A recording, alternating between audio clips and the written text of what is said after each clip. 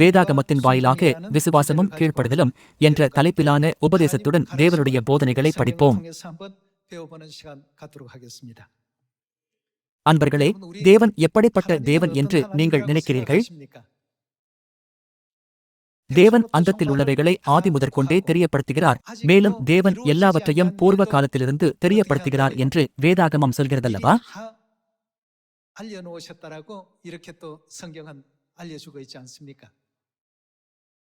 மேலும் தொலைந்து போன தமது பிள்ளைகளை தேடவும் ரட்சிக்கவுமே தேவன் இந்த பூமிக்கு வந்தார் என்று வேதாகமம் சொல்கிறது அல்லவா? தேவனுடைய பிள்ளைகளின் ரட்சிப்புக்காகவே வேதாகமம் எழுதப்பட்டது என்பதை இதன் வாயிலாக புரிந்து கொள்ள முடியுமல்லவா?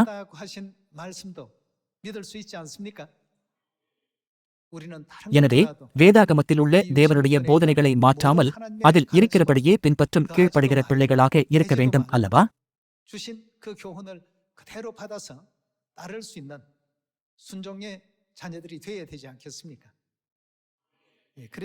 விசுவாசமானது காணப்படாத உலகத்தின் காரியங்களை விளக்குகிறது. காணக்கூடிய உலகில் விசுவாசம் தோன்றினால் அது கீழ்ப்படுதலின் விளைவாகும்.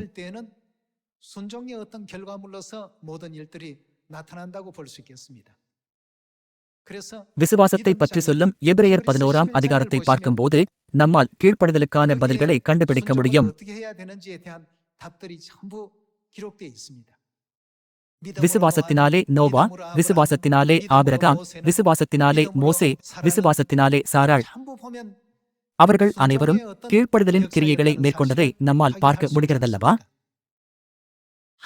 நம்மை பரலோகத்திற்கு வழிநடத்துவதற்காக தேவன் சாத்தானின் தீய சூழ்ச்சிகளை அழித்து தம்முடைய பிள்ளைகளுக்கு வேதாகமத்தின் மதிப்புமிக்க போதனைகளை வழங்கினார்.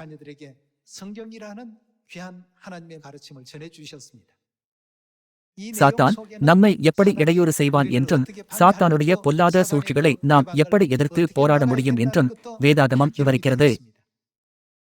எனவே நாம் விசுவாச பாதையில் முழுமையாக நடந்திட வேதாகமத்தின் போதனைகளுக்கு நம்மை நாமே அர்ப்பணிக்க வேண்டுமல்லவா?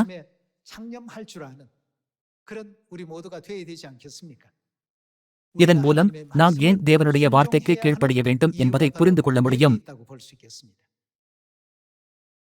இப்போது நாம் ஏன் அவருடைய வார்த்தைகளுக்கு கீழ்ப்படிய தவறுகிறோம் என்று ஆராய்ந்தோமானால், தேவன் நமக்கு தம்முடைய வார்த்தைகளை கொடுத்தாலுமே நம்முடைய சொந்த அனுபவம்தான் சிறந்தது என்று நாம் நம்பும்போது கீழ்ப்படியாமையின் கிரியைகள் வெளிப்படுகின்றன என்பதை நம்மால் உணர்ந்து கொள்ள முடியும்.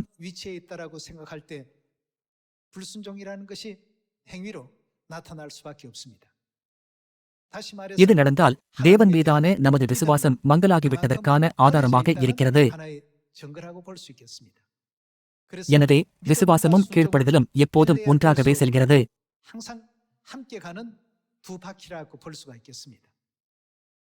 விசுவாசம் கொண்டிருப்பவர்களால் நன்றாக கீழ்ப்படிய முடியும். மேலும் கீழ்ப்படுகிறவர்கள் விசுவாசமுள்ள ஜனங்களாக இருப்பார்கள். இன்று தேவனுடைய வார்த்தையை பார்த்து இந்த விஷயங்களை பற்றி சிந்தித்து பார்ப்போம். ஜோசான் வம்சத்திலிருந்து உங்களுக்கு ஒரு கதையை சொல்கிறேன். அநேக வேலையாட்களை கொண்டிருக்கும் ஒரு உயர் அதிகாரி இருந்தார். ஒருநாள் அவர், நாம் அனைவரும் மனிதர்கள்தான், ஏன் வேலையாட்கள் மட்டும் கடினமான சூழ்நிலையில் வேலை செய்ய வேண்டும்? ஏன் பிரபுக்கள் அனைவரும் பணிவிடை பெற வேண்டும் என்று சிந்தித்து அவர் வியந்து போனார். எனவே தனது வேலையாட்களுக்கு சுதந்திரம் வழங்க அவர்கள் அனைவரையும் கூட்டி சேர்த்தார். அவர், நாளைய தினம் நான் உங்களது எல்லா ஆவணங்களையும் எரித்து போடுவேன். நீங்கள் சுதந்திரமான குடிமக்களாக இருப்பீர்கள். ஆனால் அதற்கு முன்பு நான் கடைசியாக ஒரு வேண்டுகோள் வைக்கிறேன். களஞ்சியத்தில் நிறைய வைக்கோல் இருக்கிறது. அதை கயிறாக முறுக்கி முடிந்தவரை மெல்லியதாக செய்யுங்கள். நீங்கள் இரவு முழுவதும் செய்யலாம் அல்லது சிறிது நேரமானாலும் செய்யலாம். ஆனால் நாளை காலையில் புறப்படுவதற்கு முன்பு முற்றத்தில் இருக்கும் கயிறுகளையெல்லாம் கூட்டி சேருங்கள் என்றார். அது எஜமானரின் கடைசியான கட்டளையாக இருந்ததால் வேலைக்காரர்கள் வைக்கோலை கயிறாக திரிக்கத் தொடங்கினர். எஜமான் அறிவுறுத்தியபடி சிலர் அதை அவசரமாக செய்தார்கள். மற்றவர்களோ அதை மெல்லிய மற்றும் நீண்ட கயிறுகளாக திரித்தனர். அதன்பின் எஜமான் ஒரு பெரிய பணப்பெட்டியை வைத்து, இதில் நாணயங்கள் நிறைந்துள்ளன, நீங்கள் திரித்த வைக்கோல் கயிற்றைக் கொண்டு எவ்வளவு வேண்டுமானாலும் எடுத்துக்கொள்ளுங்கள் என்றார்.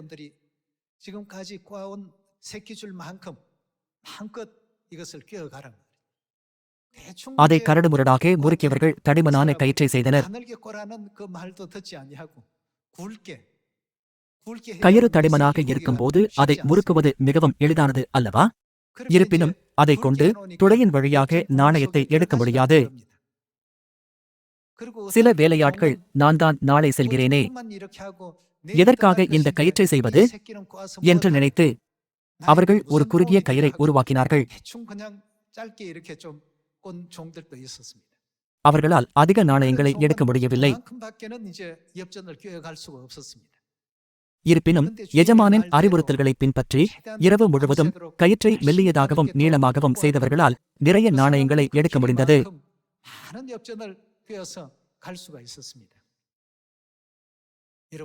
சகோதர சகோதரிகளே, தேவன் நமக்கு ஏதேனும் கட்டளையிடும்போது அது அவருடைய நன்மைக்காக அல்ல, நம்முடைய நன்மைக்காகவே கட்டளையிடுகிறார். நாம் இதை மனதில் வைத்துக் கொள்ள வேண்டும். எனவே கீழ்ப்படியாமல் இருப்பதற்கு எந்த காரணமும் இல்லை. நாம் தேவனுடைய கட்டளைக்கு கீழ்ப்படியும் போது பரலோகத்தில் இன்னும் அதிக அற்புதமான பொக்கிஷங்களை தேவன் நமக்கு கொடுப்பார் என்பதை கருத்தில் கொள்வோமாக.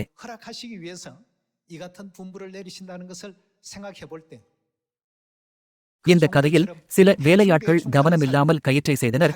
சிலர் எஜமானுடைய கட்டளையை புறக்கணித்து ஒரு தடிமனான கயிற்றை செய்தனர்.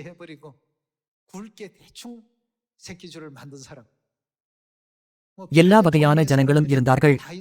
ஆனால் இறுதியாக நான் எஜமானின் உதவியினால் வாழ்ந்தேன். இதுதான் அவருடைய கடைசி கட்டளையாக இருப்பதால் இதையாவது நான் சரியாக செய்ய வேண்டும் என்று நினைத்தனர்.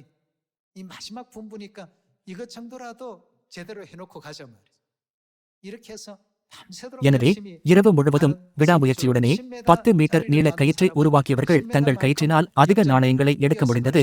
அதே சமயம் குறுகிய கயிறுகளை உருவாக்கியவர்களால் அதிக நாணயங்களை எடுக்க முடியவில்லை. அன்பர்களே, தேவனுடைய கட்டளையிலும் இதே போன்றுதான்.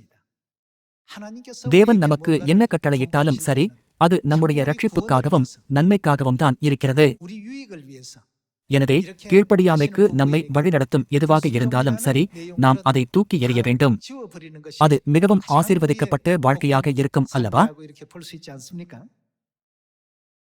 வெளிப்படுத்தின விசேஷம் 22ஆம் அதிகாரத்தை பார்ப்போம். 22ஆம் அதிகாரம் 17ஆம் வசனத்தை பார்ப்போம். ஆவியும் மணவாட்டியும் வா என்கிறார்கள், கேட்கிறவனும் வா என்பானாக. தாகமாயிருக்கிறவன் வரக்கடவன், விருப்பமுள்ளவன் ஜீவ தண்ணீரை இலவசமாய் வாங்கிக் கொள்ள கடவன். இந்த புஸ்தகத்தில் உள்ள, அதாவது வேதாகமத்தில் உள்ள தீர்க்கதரிசன வசனங்களை கேட்கிற யாவருக்கும் நான் சாட்சியாக எச்சரிக்கிறதாவது, ஒருவன் இவைகளோடு எதையாகிலும் கூட்டினால் இந்த புஸ்தகத்தில் எழுதியிருக்கிற வாதைகளை தேவன் அவன் மேல் கூட்டுவார். ஒருவன் இந்த தீர்க்கதரிசன புஸ்தகத்தின் வசனங்களிலிருந்து எதையாகிலும் எடுத்து போட்டால் ஜீவ புஸ்தகத்திலிருந்தும் பரிசுத்த நகரத்திலிருந்தும் இந்த புஸ்தகத்தில் எழுதப்பட்டவைகளிலிருந்தும் அவருடைய பங்கை தேவன் எடுத்துப் போடுவார்.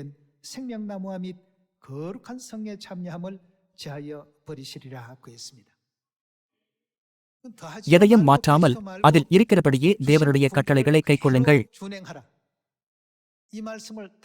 வேறு வார்த்தைகளில் சொன்னால், தேவனுடைய வார்த்தையில் உங்கள் சொந்த எண்ணங்களையோ அல்லது மனிதனால் உருவாக்கப்பட்ட தத்துவங்களையோ கூட்டாதீர்கள். நான் உங்களுக்கு கட்டளையிட்டபடியே எல்லா ஜனங்களுக்கும் பிரசங்கியுங்கள் என்று தேவன் சொன்னார். இக்காலத்தில் பரலோக ஜனங்கள் நித்திய பரலோக ராஜ்யத்தில் பிரவேசிப்பதை சாத்தான் இடையூறு செய்து கொண்டிருக்கிறான்.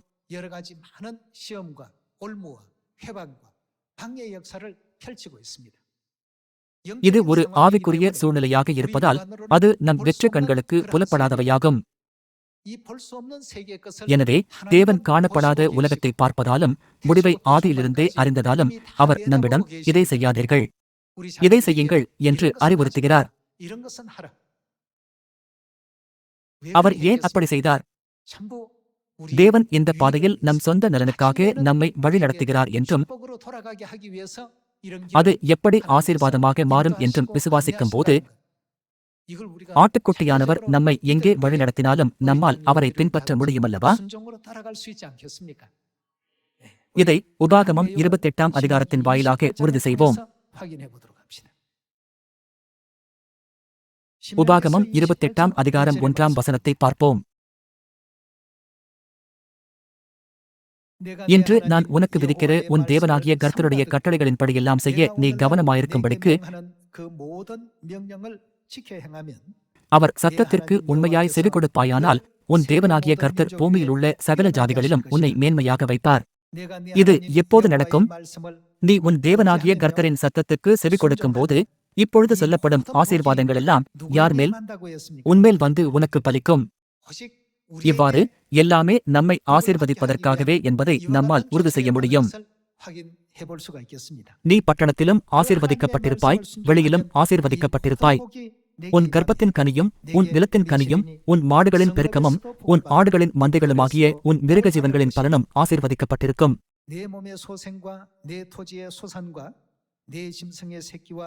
உன் கூடையும் மாப்பு செய்கிற உன் தொட்டியும் ஆசீர்வதிக்கப்பட்டிருக்கும். நீ வருகையிலும் ஆசீர்வதிக்கப்பட்டிருப்பாய், நீ போகையிலும் ஆசீர்வதிக்கப்பட்டிருப்பாய். இதற்கு ஆசீர்வாதங்கள் எப்போதும் நம்மை பின்தொடர்கின்றன என்று அர்த்தமல்லவா? நாம் செய்யும் ஒவ்வொன்றிலும் அவர் நம்மை ஆசீர்வதிப்பார் என்று தேவன் நமக்கு போதிக்கிறார். இது எப்போது நடக்கும்? தேவனுடைய வார்த்தைகள் அனைத்திற்கும் நாம் கீழ்ப்படியும் போது நடக்கும். இருப்பினும் தேவன் இதற்கு எதிர்மாறான விஷயத்தையும் பதிவு செய்துள்ளார். கீழ்ப்படுகிறவர்களுக்கு உன்னை வாலாக்காமல் தலையாக்குவேன் போன்ற அநேக ஆசீர்வாதங்களை தேவன் வாக்களித்துள்ளார். அதற்கு மாறாக கீழ்ப்படியாதவர்களுக்கு என்ன நடக்கும்? நாம் 15ஆம் வசனத்திற்கு செல்வோம். இன்று நான் உனக்கு விதிக்கிற உன் தேவனாகிய கர்த்தருடைய எல்லா கற்பனைகளின்படியும் கட்டளைகளின்படியும் நடக்க கவனமாயிருக்கிறதற்கு அவர் சத்தத்திற்கு செவிகொடாதே போவாயாகில் இப்பொழுது சொல்லப்படும் சாபங்களெல்லாம் உன்மேல் வந்து உனக்கு பலிக்கும். நீ பட்டணத்திலும் சபிக்கப்பட்டிருப்பாய், வெளியிலும் சபிக்கப்பட்டிருப்பாய். உன் கூடையும் மாப்பு செய்கிற உன் தொட்டியும் சபிக்கப்பட்டிருக்கும். உன் கர்ப்பத்தின் கனியும் உன் நிலத்தின் கனியும் உன் மாடுகளின் பெருக்கமும் உன் ஆடுகளின் மந்தைகளும் சபிக்கப்பட்டிருக்கும். நீ வருகையிலும் சபிக்கப்பட்டிருப்பாய், நீ போகையிலும் சபிக்கப்பட்டிருப்பாய். இது கீழ்ப்படியாமையினால் வரும் சாபங்களைப் பற்றி விரிவாக விளக்குகிறது.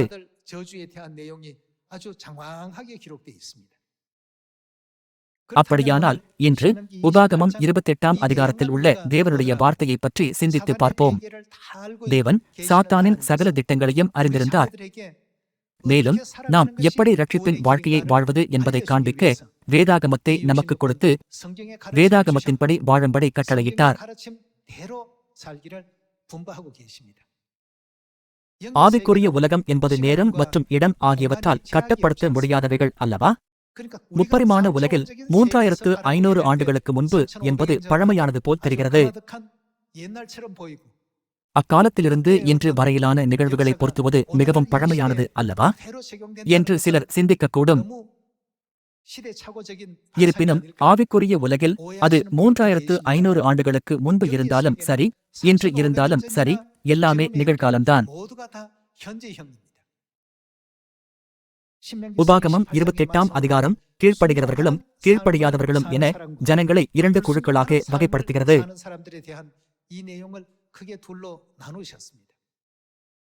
தேவன் சாத்தானின் பொல்லாத சூழ்ச்சிகளை அறிந்திருப்பதால் கடைசி நாட்களில் ஆபத்துகளை தவிர்க்கும்படியாக அவருடைய கட்டளைகளை மட்டுமே பின்பற்றும்படி அவர் நமக்கு அறிவுறுத்துகிறார்.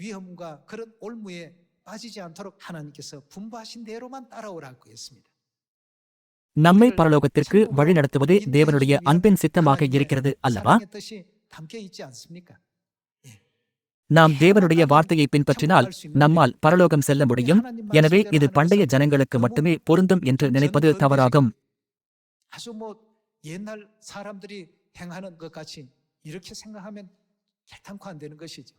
இக்காலத்தில் அது தேவையில்லை என்றால் அது உபாகமம் 28ஆம் அதிகாரத்தில் பதிவு செய்யப்பட்டிருக்காது. நீங்கள் இதை ஒப்புக்கொள்கிறீர்களா? நாம் தொடர்ந்து 1 சாமுவேல் 15ஆம் அதிகாரத்தை பார்ப்போம். 1 சாமுவேல் 15ஆம் அதிகாரம். 22ஆம் வசனத்தை பார்ப்போம். அதற்கு சாமுவேல், கர்த்தருடைய சத்தத்திற்கு கீழ்ப்படுகிறதை பார்க்கிலும் சர்வாங்க தகனங்களும் பலிகளும் கர்த்தருக்கு பிரியமாயிருக்குமோ? பலியை பார்க்கிலும் என்ன? கீழ்ப்படிதலும் ஆட்டுக்கடாக்களின் நிலத்தை பார்க்கிலும் செவி கொடுத்தலும் உத்தமம். இரண்டகம் பண்ணுதல் பில்லிசூனிய பாவத்திற்கும் முரட்டாட்டம் பண்ணுதல் அவபக்திக்கும் விக்கிரகாராதனைக்கும் சரியாய் இருக்கிறது. நீர் கர்த்தருடைய வார்த்தையை புறக்கணித்தபடியினாலே அவர் உம்மை ராஜாவாயிராதபடிக்கு புறக்கணித்து தள்ளினார் என்றான். தேவனுடைய வார்த்தைக்கு கீழ்ப்படியாததின் விளைவை பற்றி சாமுவேல் தீர்க்கதரிசி சவுல் ராஜாவிடம் விளக்கினார். நீ ஏன் அமலேக்கியரின் மிருக ஜீவன்களை எல்லாம் அழிக்கவில்லை என்று சாமுவேல் கேட்டபோது, அதற்கு சவுல், நான் அவைகளை தேவனுக்கு பலிகளாக செலுத்த முயற்சித்தேன் என்றான். தேவன் பலிகளை விரும்புவதால் இந்த வார்த்தைகளை அவருக்கு கொடுத்தாரா? நிச்சயமாக இல்லை. ஆட்டுக்கடாக்களின் நிலத்தை அல்லது தேவனுடைய வார்த்தைக்கு கீழ்ப்படிவது, இவைகளில் எது உத்தமமாக இருக்கிறது? மெய்யாகவே சாமுவேல் சவுல் ராஜாவை மிகவும் நேசித்தார். இருப்பினும் தேவனுக்கு கீழ்ப்படியாததினால் தேவனுடைய கிருபை சவுல் ராஜாவை விட்டு விலகியது. இதனிமித்தம் சாமுவேல் தீர்க்கதரிசி சவுலுக்காக மிகவும் வருந்தினார்.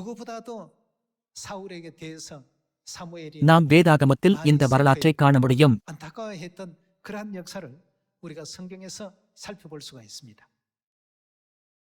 இதன் விளைவாக சவுல் ராஜா தேவனுடைய கிருபையை இழந்தார். அவர் வருந்தத்தக்க நிலையில் இருந்தார்.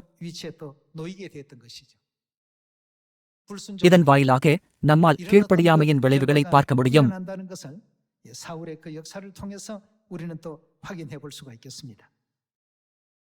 2 ராஜாக்கள் 23ஆம் அதிகாரத்திற்கு செல்வோம். ஆலயத்தில் உடன்படிக்கை புத்தகம் கண்டுபிடிக்கப்பட்ட பிறகு யோசியா ராஜாவின் காலத்தில் அவர்கள் பஸ்காவை ஆசரித்ததை பற்றி சொல்லப்பட்டுள்ளது. 3ஆம் வசனம்.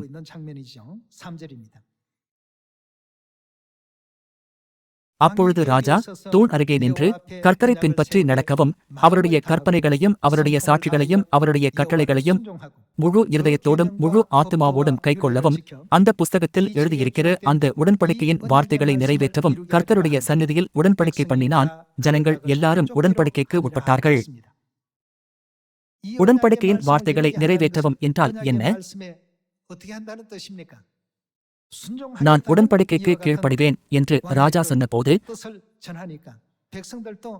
உடன்படிக்கையின் வார்த்தைகளுக்கு கீழ்ப்படிவதாக ஜனங்கள் தங்கள் விசுவாசத்தை காண்பித்தனர். எனவே இஸ்ரவேலர்கள் எல்லா விக்கிரகங்களையும் தூக்கி எறிந்து தேவனுடைய உடன்படிக்கையின்படி பஸ்காவை பரிசுத்தமாக ஆசரித்தனர். இந்த பதிவை 2 ராஜாக்கள் 23ஆம் அதிகாரத்தில் பார்க்க முடியும். அதனால்தான் தேவன் யோசியா ராஜாவை பற்றி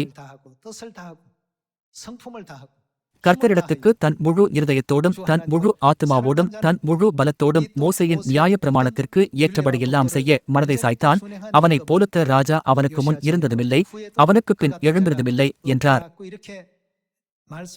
இதை 2 ராஜாக்கள் 23ஆம் அதிகாரத்தில் நம்மால் உறுதி செய்ய முடியும். நாம் தொடர்ந்து எண்ணாகமம் 32ஆம் அதிகாரம் 12ஆம் வசனத்தை பார்ப்போம். எண்ணாகமம் 32ஆம் அதிகாரம் 12ஆம் வசனம். எகிப்திலிருந்து வந்தவர்களில் 20 வயது முதல் அதற்கு மேற்பட்ட மனிதர்களில் ஒருவரும் அவர்கள் என்ன செய்தார்கள்? என்னை உத்தமமாய் பின்பற்றாதபடியால் அவர்கள் நான் ஆபிரகாமுக்கும் ஈசாக்குக்கும் யாக்கோபுக்கும் ஆணையிட்டுக் கொடுத்த தேசத்தை காண்பதில்லை என்று ஆணையிட்டிருக்கிறார். எகிப்திலிருந்து கானான் செல்லும் இஸ்ரவேலர்களின் பயணத்தின் போது தேவன் அவர்களுக்கு கொடுத்த நியாயத்தீர்ப்பு இதுதான்.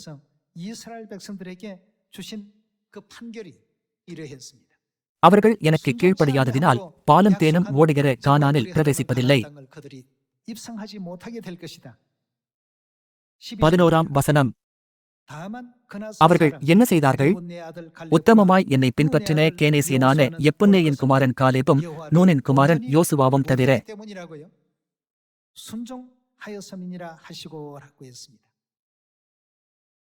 கீழ்ப்படியாமையின் காரணமாக அவர்களால் பிரவேசிக்க முடியவில்லை, மற்றவர்கள் கீழ்ப்படுதலின் காரணமாக பிரவேசிக்க முடிந்தது. தேவன் அவர்களை தெளிவாக வேறுபடுத்தினார். எனவே நமது விசுவாச வாழ்க்கையில் தேவனுடைய வார்த்தைக்கு கீழ்ப்படிவது எவ்வளவு முக்கியமானதாக இருக்கிறது. கானான் தேசத்தில் பிரவேசிப்பது என்றால் பரலோக ராஜ்யத்தில் பிரவேசிப்பது என்று அர்த்தமாகும். மாறாக கானானுக்குள் பிரவேசிக்க தவறினால் பரலோக ராஜ்யத்தில் பிரவேசிக்க தவறுவதே அதன் அர்த்தமாகும். கீழ்ப்படுகிறவர்களுக்கும் கீழ்ப்படியாதவர்களுக்கும் இடையேயான தேவனுடைய நியாய தீர்ப்பை நம் இருதயங்களில் பாதித்துக் கொள்ள வேண்டும். அவர்கள் அதில் பிரவேசிப்பதில்லை என்று தேவன் யாரிடம் சொன்னாரோ அவர்கள் அனைவரும் வனாந்தரத்தில் மரித்தார்கள். அவர்களில் ஒருவரும் கானானை பார்க்கவில்லை. இருப்பினும் யோசுவா, காலேப் மற்றும் 20 வயதுக்குட்பட்ட இளம் தலைமுறையினர் கானானுக்குள் நுழைந்தனர்.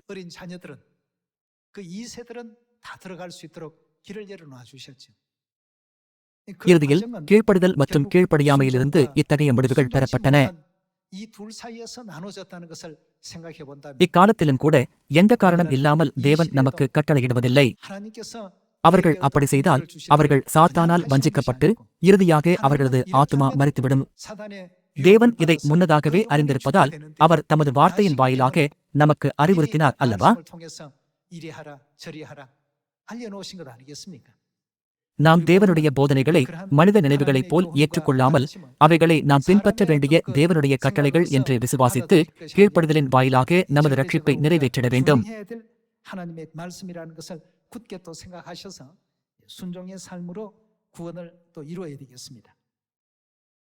நாம் உபாகமம் 30ஆம் அதிகாரத்திற்கு செல்வோம்.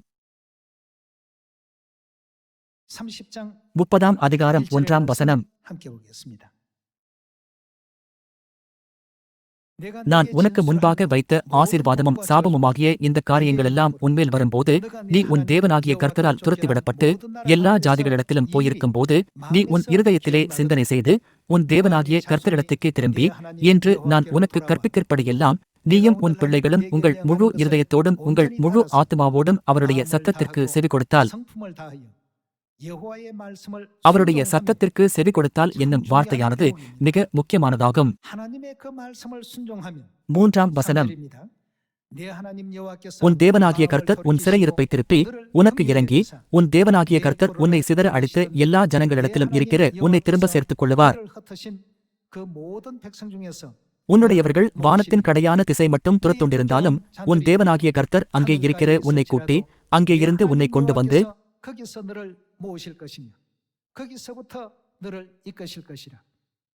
உன் பிதாக்கள் சுதந்தரித்திருந்த தேசத்தை நீ சுதந்தரிக்கும்படிக்கு உன் தேவனாகிய கர்த்தர் அதில் உன்னை சேர்த்து உனக்கு நன்மை செய்து உன் பிதாக்களை பார்க்கிலும் உன்னை பெருக பண்ணுவார். உன் தேவனாகிய கர்த்தரில் நீ உன் முழு இருதயத்தோடும் உன் முழு ஆத்துமாவோடும் அன்பு கூர்ந்து பிழைக்கும்படி உன் தேவனாகிய கர்த்தர் உன் இருதயத்தையும் உன் சந்ததியாரின் இருதயத்தையும் விருத்த சேதனம் பண்ணி இந்த சாபங்களையெல்லாம் உன் சத்துருக்கள் மேலும் உன்னை துன்பப்படுத்தின உன் பகைஞர் மேலும் சுமர பண்ணுவார். அப்போது நாம் என்ன செய்ய வேண்டும்? நீயோ மனந்திரும்பி கர்த்தரின் சத்தத்திற்கு செவி கொடுத்து நான் இன்று உனக்கு கற்பிக்கிற அவருடைய எல்லா கற்பனைகளின்படியும் செய்வாய்.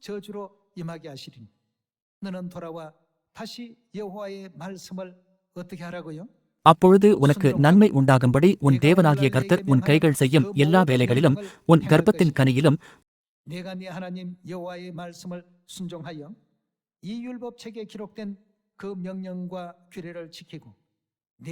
உன் மிருக ஜீவனின் பலனிலும் உன் நிலத்தின் கனியிலும் உனக்கு பரிபூரணம் உண்டாக செய்வார். உன் தேவனாகிய கர்த்தருடைய சத்தத்திற்கு செவி கொடுத்து இந்த நியாயப்பிரமாண புஸ்தகத்தில் எழுதியிருக்கிற அவருடைய கற்பனைகளையும் அவருடைய கட்டளைகளையும் கைக்கொள்ளும் போதும் உன் தேவனாகிய கர்த்தரிடத்தில் உன் முழு இருதயத்தோடும் உன் முழு ஆத்துமாவோடும் திரும்பும் போதும் கர்த்தர் உன் பிதாக்கள் மேல் சந்தோஷமாயிருந்தது போல உன்மேலும் உனக்கு நன்மை உண்டாக திரும்பவும் சந்தோஷமாயிருப்பார். தமக்கு கீழ்ப்படுகிறவர்களுக்கு தேவன் எப்போதும் ஆசீர்வாதங்களை ஆயத்தம் செய்கிறார். இருந்தாலும் இவ்வுலகில் வாழும்போது நாம் அநேக காரியங்களை தவறாக கற்றுக்கொண்டோம். என் சொந்த எண்ணங்களை பின்பற்றுவதுதான் மிகவும் சரியானது என்று நாம் நினைக்கிறோம்.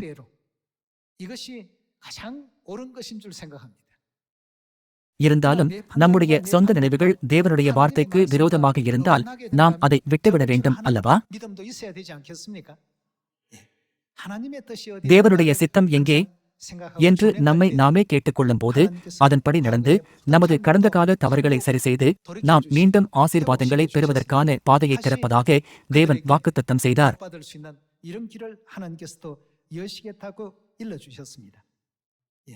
இந்த பாடம் வேதாகமம் முழுவதும் காணப்படுகிறது. எபிரெயர் 3ஆம் அதிகாரம் 16ஆம் வசனத்தை பார்ப்போம். 3ஆம் அதிகாரம் 16ஆம் வசனம். கேட்டவர்களில் கோபமூட்டினவர்கள் யார்? மோசேயினால் எகிப்திலிருந்து புறப்பட்ட யாவரும் அப்படி செய்தார்கள் அல்லவா? மேலும் அவர் 40 வருஷமாய் யாரை ஆலோசித்தார்? பாவம் செய்தவர்களையல்லவா? அவர்களுடைய சவங்கள் வனாந்தரத்தில் விழுந்து போயிற்றே. பின்னும் என்னுடைய இளைப்பாறுதலில் பிரவேசிப்பதில்லை என்று அவர் யாரை குறித்து ஆணையிட்டார்? யார் அவர்கள்? கீழ்ப்படியாதவர்களை குறித்தல்லவா? கீழ்ப்படியாதவர்களை பொறுத்தவரையில் அவர்கள் ஒருபோதும் தம்முடைய இளைப்பாறுதலில் பிரவேசிப்பதில்லை என்று தேவன் ஆணையிட்டார். 19ஆம் வசனத்தை பார்ப்போம். ஆதலால் அவிசுவாசத்தினாலே அவர்கள் அதில் பிரவேசிக்க கூடாமற் போனார்கள் என்று பார்க்கிறோம். கீழ்ப்படியாமையின் காரணமாக பிரவேசிக்க முடியாமல் போனதை பற்றி என்ன சொல்கிறது? அவிசுவாசத்தினாலே. எனவே விசுவாசமானது கீழ்ப்படிதலுடன் தொடங்குகிறது. தேவன் ஆபிரகாமிடம் மோரியா மலையிலே ஈசாக்கை பலியிடு என்றார். ஆபிரகாம் ஒருபோதும் தேவனுடைய வார்த்தைக்கு கீழ்ப்படியாமல் தன் சொந்த கருத்தை வலியுறுத்தவில்லை. ஏனென்றால் ஆபிரகாம் தேவனுடைய சித்தத்தை தன் வாழ்க்கையின் மிக உயர்ந்த வழிகாட்டியாக கருதினார். அவன் தனது ஒரே குமாரனாகிய ஈசாக்கை பலி செலுத்த இருந்தபோது தேவன் ஆபிரகாமை அழைத்து ஒரு ஆட்டுக்கடாவை பலியாக செலுத்தும்படி அனுமதித்தார் அல்லவா?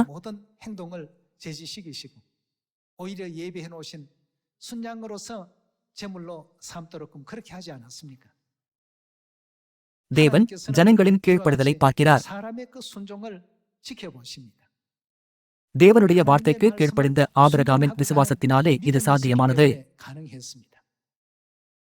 நோவாவும் கூட அதே போன்றுதான். ஒரு பேழையை உண்டாக்கு என்று தேவன் சொன்னார். பேழையை கட்டுவதென்பது அவ்வளவு சுலபமானது அல்ல. தேவன் விரும்பியபடியே பொருட்களை சேகரித்து பேழையை கட்டுவதற்கு நிறைய பணமும் நேரமும் முயற்சியும் தேவைப்பட்டது. 하나님께서 바라시는 대로 그 온전한 방주가 되기까지 இதை கருத்தில் கொள்ளும்போது நோவாவுக்கு விசுவாசம் இல்லை என்றால் அவரால் அப்படி செய்திருக்க முடியுமா என்று நாம் ஆச்சரியப்படுகிறோம். எனவே விசுவாசமானது கீழ்ப்படுதலோடு தொடங்குகிறது என்பதை நமக்கு நாமே நினைவுபடுத்துவோமாக. நாம் தேவனுடைய வார்த்தைக்கு கீழ்ப்படிந்தால் அந்த பாதைதான் ஆசீர்வாதத்தின் பாதையாகும். ஏனென்றால் தேவன் ஏற்கனவே ஆசீர்வாதங்களை ஆயத்தம் செய்து பாதையை காண்பித்தார். அதனால்தான் நோவா, ஆபிரகாம் மற்றும் மோசே ஆகியோர் ஆசீர்வாதங்களை பெற்றனர். அவர்கள் அனைவரும் ஆசீர்வதிக்கப்பட்ட வாழ்க்கையை வாழ்ந்தார்கள் இல்லையா?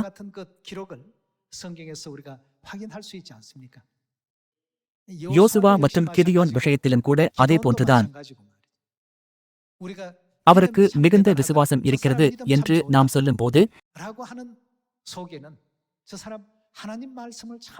அவர் தேவனுடைய வார்த்தைக்கு விசுவாசத்துடன் கீழ்ப்படுகிறார் என்ற அர்த்தத்தை உள்ளடக்கியிருக்கிறது. அப்போதுதான் அவர்களுடைய விசுவாசம் சரியானது என்று நம்மால் சொல்ல முடியும். எபிரெயர் 4ஆம் அதிகாரம் 6ஆம் வசனத்தை பார்ப்போம். 4ஆம் அதிகாரம் 6ஆம் வசனம்.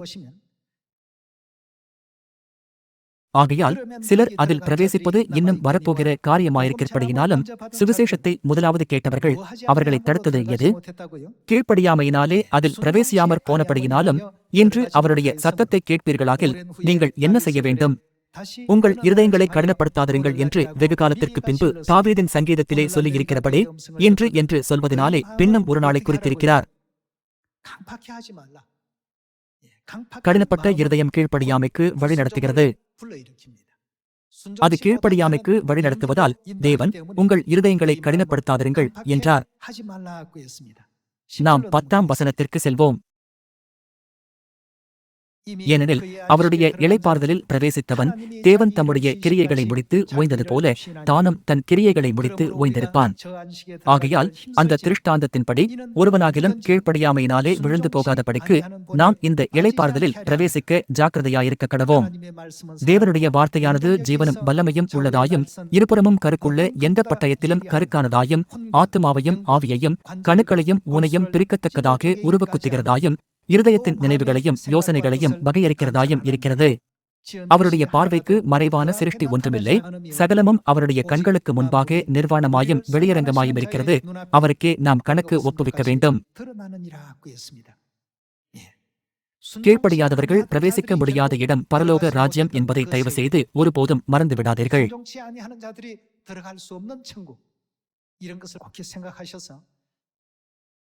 அந்த வழியை விட வேறு வழி சிறந்தது என்று சாத்தான் நம்மை சோதித்து சிந்திக்க வைக்கிறான். நீங்கள் இதை செய்தால் அது மிகவும் வேடிக்கையாக இருக்கும். நீங்கள் இதை செய்தால் நீங்கள் அதிக மகிழ்ச்சியை பெற முடியும். நீங்கள் இதை செய்தால் உங்களுக்கு மகிழ்ச்சியான விஷயங்கள் நடக்கும் என்று சொல்லி சாத்தான் நம்மை சோதிக்கிறான். இருந்தாலும் நாம் ஏன் இந்த பூமிக்கு வந்திருக்கிறோம் என்பதை அடையாளம் கண்டுகொண்டு தேவனுடைய வார்த்தையை பின்பற்றுவோம். பரலோக ராஜ்யத்தில் நமக்காக மகிழ்ச்சியும் சந்தோஷமும் சமாதானமும் ஆயத்தம் செய்யப்பட்டுள்ளன. எனவே அவற்றை அங்கே ஏற்றுக்கொள்ளும்படி உங்களை கேட்டுக்கொள்கிறேன். தேவன் நம்முடைய ரட்சிப்புக்காக இந்த பூமிக்கு வந்தார். எனவே நீங்கள் ஆட்டுக்குட்டியானவர் எங்கே போனாலும் அவரை பின்பற்றுகிற ஸ்திரீயின் சந்ததிகளாகவும் உலகத்திற்கு ஒப்பாகவும் வெளிச்சமாகவும் இருக்கும்படி கேட்டுக்கொள்கிறேன். நல்ல முன்மாதிரிகளை ஏற்படுத்துவதன் மூலம் உலகை காப்பாற்றக்கூடியவர்களாக இருப்போம் என்ற நம்பிக்கையுடன் இன்றைய உபதேசத்தை நிறைவு செய்ய விரும்புகிறேன். மிக்க நன்றி.